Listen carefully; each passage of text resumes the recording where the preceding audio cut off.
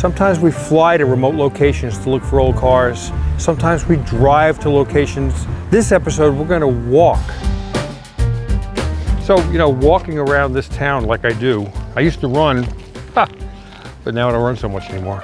You get to peek in garages, but then, sometimes if I see a garage that looks inviting, I'll peek in the window and see something inside there. So, walk past here and the garage door is open and I said, son of a gun, there's an old MG in there.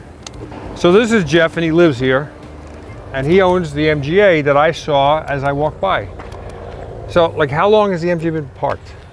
Oh, it's been probably 5 years now. Well, let's take a look at it. Going this way. And not much light in here.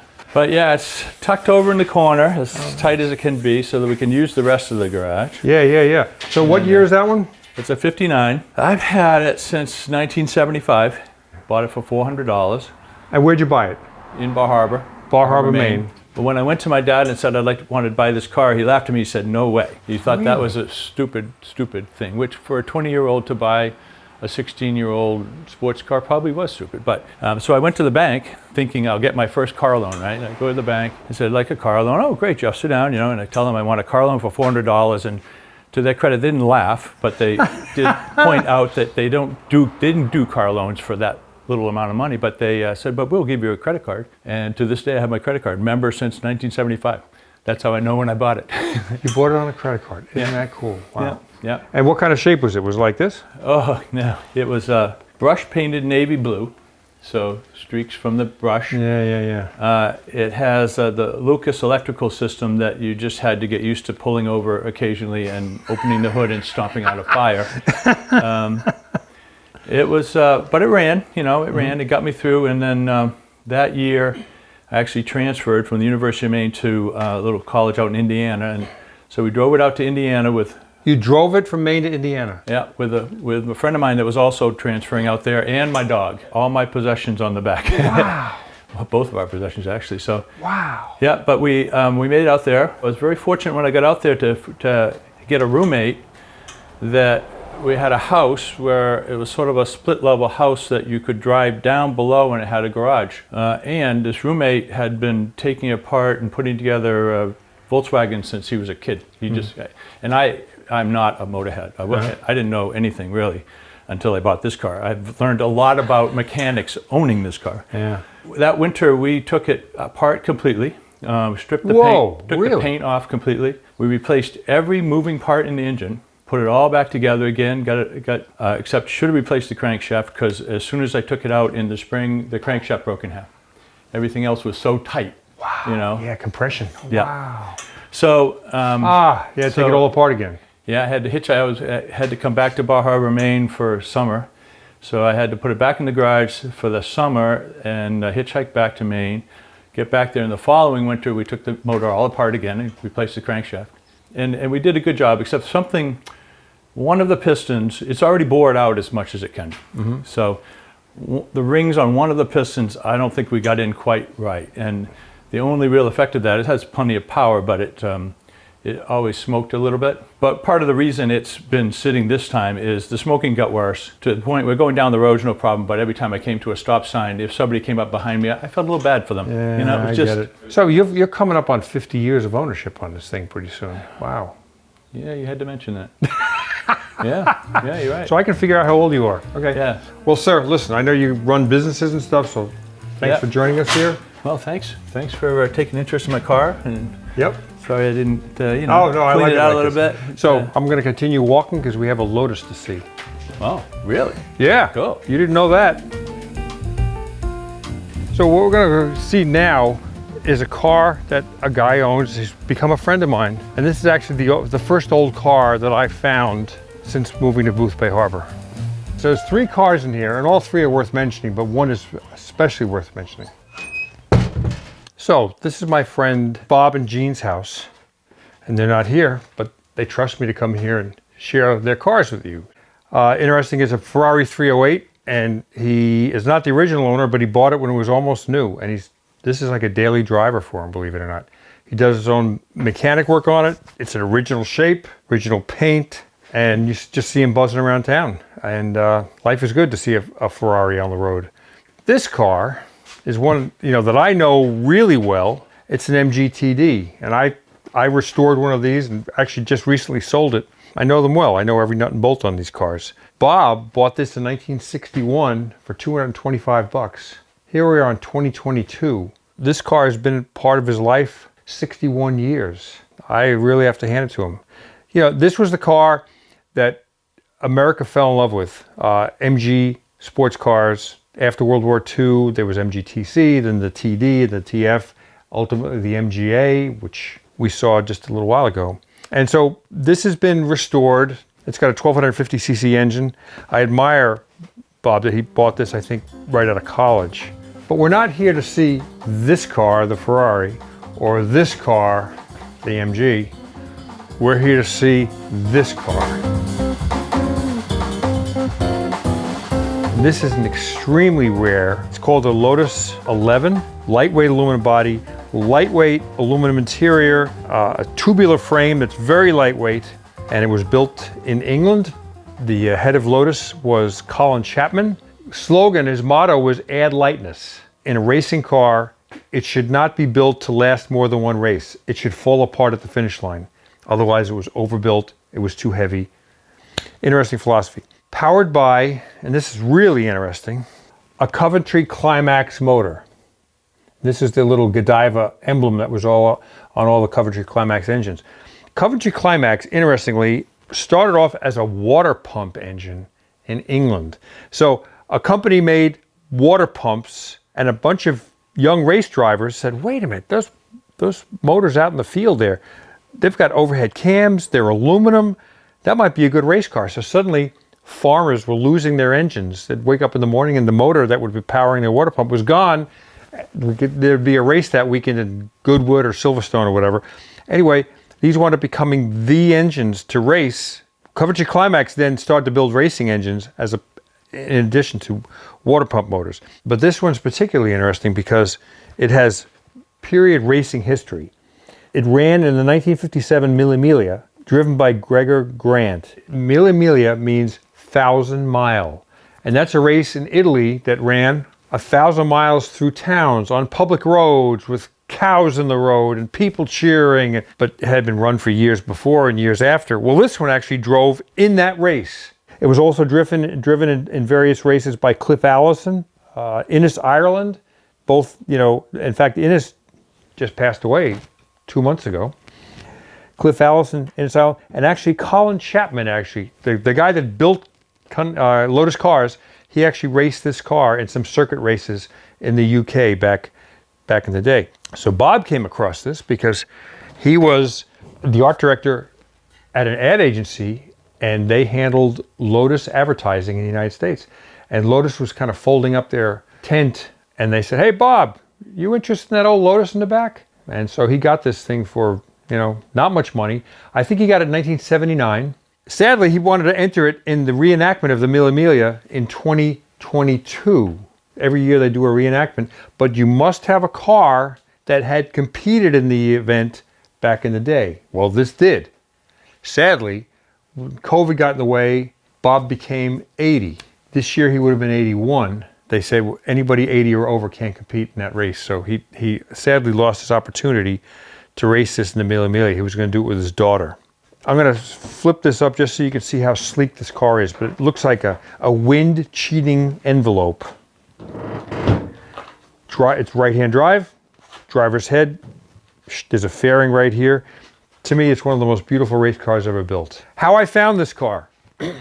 I love Boothbay Harbor. My wife and I had come here, for a week vacation now and then for a long time. And then we wound up buying a little house here. And so this is where we spend our summer. And so I said to my wife, there's no car people in Boothbay Harbor. It's sailing people. There's a lot of artists. This is where I come to read books and write books. So we went to an art crawl, standing there looking at the artwork on the wall, and I hear two gentlemen talking over there. And he says, yeah, so then I downshifted into third gear and took the apex early or whatever. And I said to my wife, excuse me, but that's a conversation I need to be a part of. And I walked over there and I said, excuse me, are you talking about going into the Big Bend at Lime Rock? He said, yeah. I said, well, my name's Tom Cotter. I didn't know there were any racing guys in town. So that's how I met Bob. So this is actually the first car I found. He said, you come over tomorrow. I'm going to show you a car in my garage. It'll flip you out. And this is it. Because Bob and his wife are not here, they allowed me entry into the garage. But he did leave his scrapbook. And so I just want to show you this. Chassis number 308. That's the car when it was new in racing.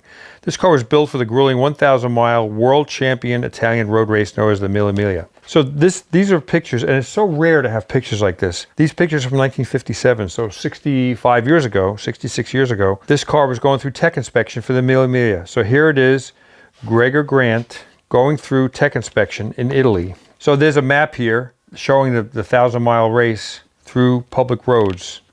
Again, period racing pictures. Here's some racing that it did with driver Clifford Allison. It qualified 18th, finished 9th in a 6-hour race, finished 1st, qualified 5th, finished 1st, and a DNF. Not bad.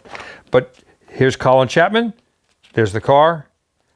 Just an amazing piece of history. Stories about it back in the day, stories about it when it was restored. There's Bob McKay back when he bought the car in 1979. Bob bought that car in 1961. Still has it today. Bought this car in 1979, still has it today. Bought this car sometime in the mid-'80s, still has it today. God love an enthusiast like that buys a car because he loves it and keeps it, even when they become real valuable and doesn't sell it. So follow me as I go to my next walk to barn find location. Let's go.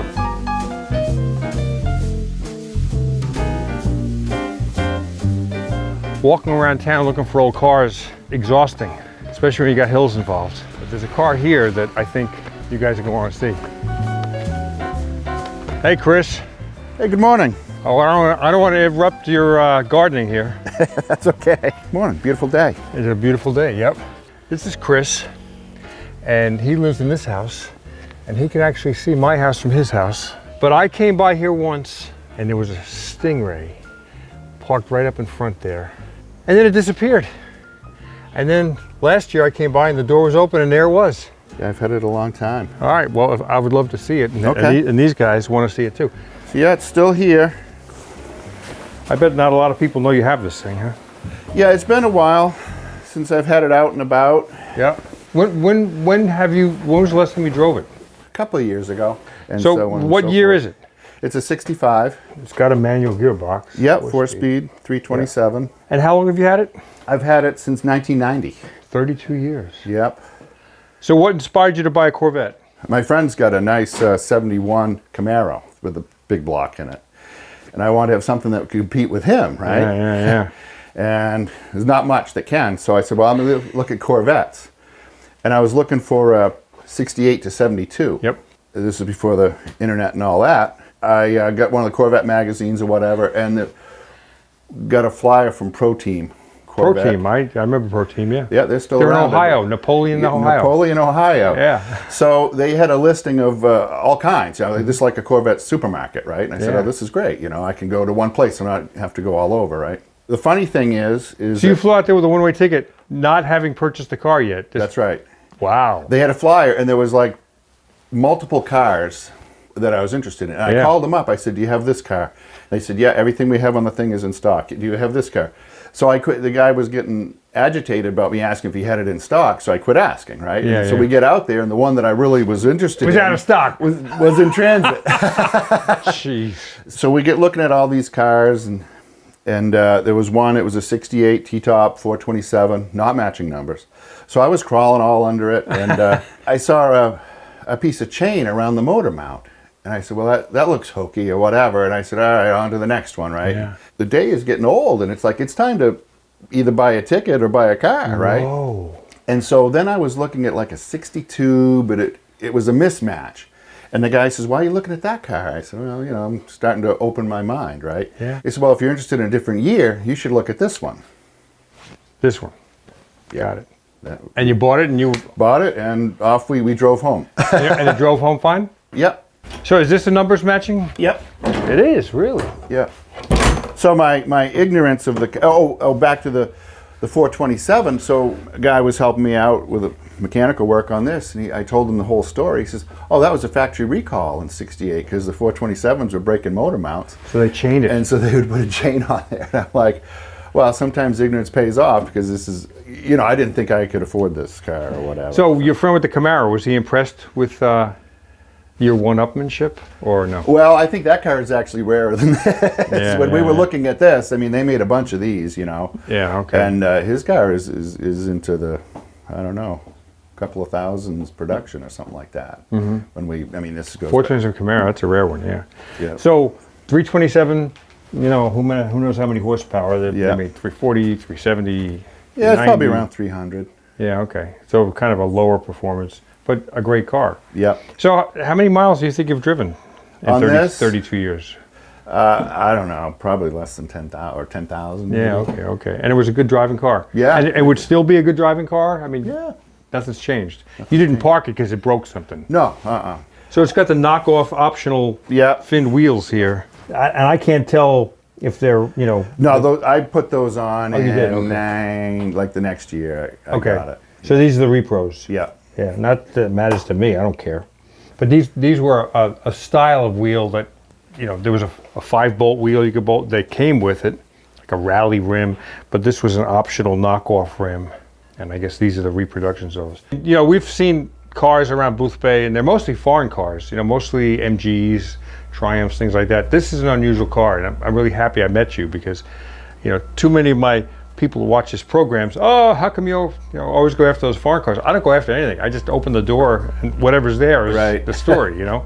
But this has got a neat story, and you're a neat guy, and I hope that you know, you start having fun with it again. Well, sir, thanks for meeting us this morning. Go back to your watering, and I'll stop back in a couple of years and see if you've made any progress. Okay. All right.